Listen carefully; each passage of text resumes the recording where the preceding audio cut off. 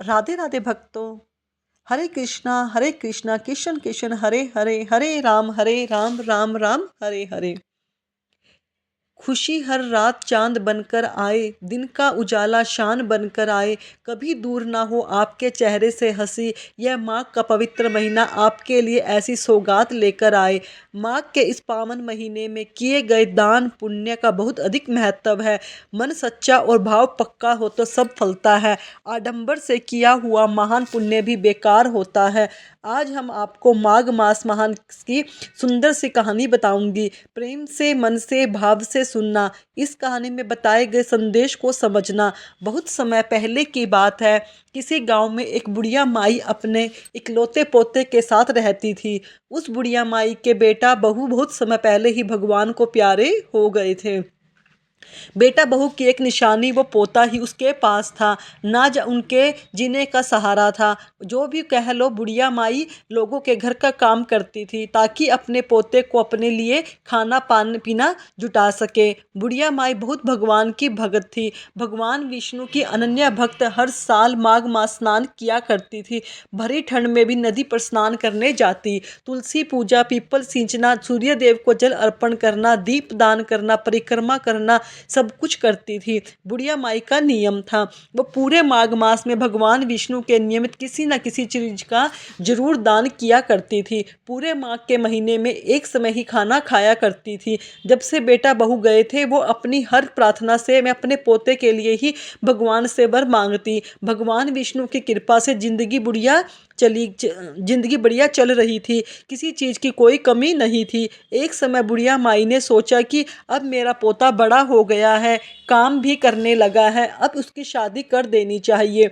उसने अपने मन में पोते से कहा कि मैं तुम्हारी शादी कर देती हूँ। बोला, अम्मा तू सब काम छोड़ दे, आराम कर ले, तब मैं तभी शादी करूँगा। अब बुढ़िया माई मान गई। उसने बुढ़िया अपने पोते की शादी बहू भी बड़े अच्छी आई। शुरू में तो सब ठीक रहा, फिर धीरे धीरे बहू को बुढ़िया से परेशानी होने लगी। बुढ़िया अम्मा के घर काम में टांग अड़ाती, उसे अच्छे से पूजा पाठ भी नहीं करने देती, दान भी नहीं करने देती, बिल्कुल ही मना कर दिया। सब चीज़ों का हिसाब किताब खुद रखती थी। एक सिंगल रोटी भी उसे घर से बाहर ले जाने नहीं देती थी। बुढ़िया के पास एक भी रुपया नहीं छोड़ती। अब माघ का महीना आने वाला था। बुढ़िया अम्मा को चिंता सताने लगी, क्या करूँगी भाई, क्या करूँगी। उनका तो हर साल का नियम होता था कि वो माघ के महीने में रोज किसी चीज का दान किया करती थी। यहाँ तो एक रुपया भी नहीं छोड़ रही है, मेरे पास तो दान कैसे करूँगी। बुढ़िया माँ तो चिंता में सूखने लगी। किसी को कुछ कह भी नहीं सकती थी। कैसे कहे, बस भगवान को कहती, अपनी शरण में ले लो। अब एक की बात, समय की बात है कि बुढ़िया माँ घर में खाना खाने के लिए बैठी थी। तभी एक साधु बाबा उनके दरवाजे पर आया, खाना मांगा। बुढ़िया माई ने अपना खाना उठा और बुढ़िया साधु को दे दिया। उस साधु बाबा को देने के लिए चल पड़ी। उसकी जो पोत बहू थी उसने देख लिया और बड़ी ही चिल्लाने लगी, बड़ा गुस्सा करने लगी। उसी समय उसने बुढ़िया माई को घर से निकाल दिया। अब बेचारी बुढ़िया माई करती तो करती क्या, वह वहाँ से चली गई। चलते चलते गांव की सीमा में पहुंची तो उसने देखा कि वहाँ एक बहुत बड़ा पुराना जर्जर सा मंदिर है। बुढ़िया माई अंदर गई तो देखा भगवान शिव का मंदिर है, बिल्कुल सुनसान पड़ा हुआ, वहाँ कोई भी नहीं है। अब उसने साफ सफाई की क्योंकि मंदिर में हालात बड़े खराब थे। बुढ़िया माई ने वहाँ अच्छे से सफाई की, फिर भोलेनाथ की पूजा की। रात में वह वहाँ सो गई। जंगल से फल लेकर आई, उसी का भगवान को भोग लगाया, खुद भी वह खा लिया। अब बुढ़िया माई वहीं रहने लगी। भक्ति भाव से भगवान शिव और विष्णु भगवान का ध्यान पूजा पाठ करती रही। धीरे धीरे लोग वहाँ आने लगे क्योंकि जब मंदिर होता है तो लोग वहाँ आते ही हैं।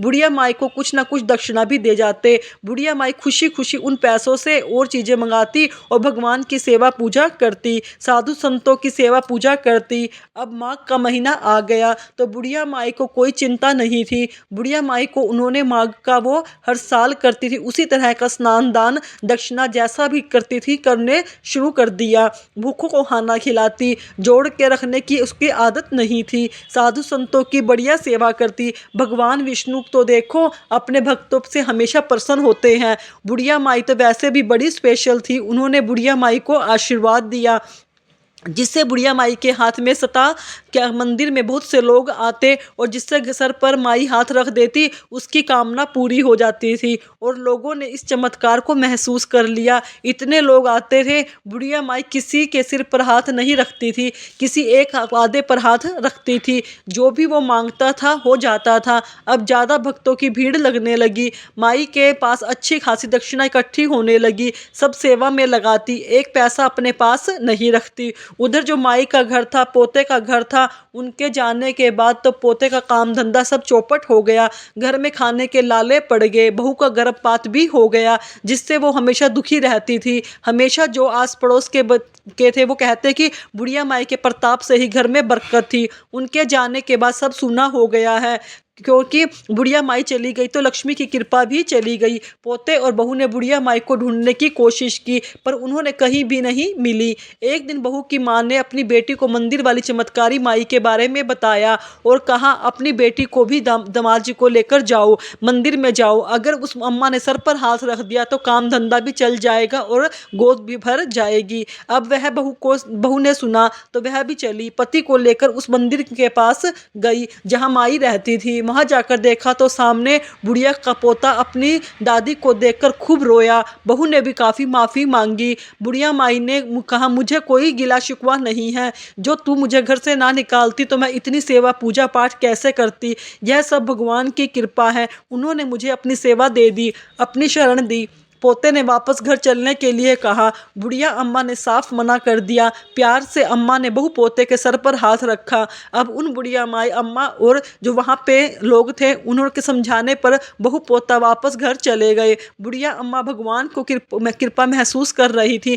भगवान की कृपा से वो हमेशा चाहती थी कि पूजा पाठ सेवा करना आज वो खुलकर कर पा रही थी। कुछ समय बाद बहू पोता वापस मंदिर आए, बताया कि बहू गणपति के साथ की व्यापार में उन्नति हुई है, और ये भी बताया कि बुढ़िया माई अपने ठाकुर जी को लाखों धन्यवाद दे रही थी। अब सब कुछ बढ़ गया। विष्णु भगवान, हे माँ के ठाकुर इस कहानी को कहते सुनते हुंकारा भरते वाले सब पर कृपा करना, बुढ़िया माई की तरह हम सबकी भी मनोकामना पूरी करना, हमें भी भगवान अपनी सेवा पूजा भक्ति पाठ देना। माघ व्रत ऐसा ही है जिससे इस लोक में सुख और परलोक में मुक्ति मिलती है। माघ व्रत का पुण्य हमेशा इसी जन्म में मिल जाता है। इसलिए हर किसी को जरूर में माघ मास में कुछ ना कुछ अच्छा करना चाहिए। बोलो लक्ष्मी नारायण भगवान की जय, विष्णु भगवान की जय, मधुसूदन भगवान की जय, दीन बंधु दीनानाथ की जय। माघ मास की कहानी पसंद आई हो तो प्लीज़ मेरे चैनल को सब्सक्राइब करें, वीडियो को लाइक करें, कमेंट में राधे राधे लिखें। धन्यवाद दोस्तों।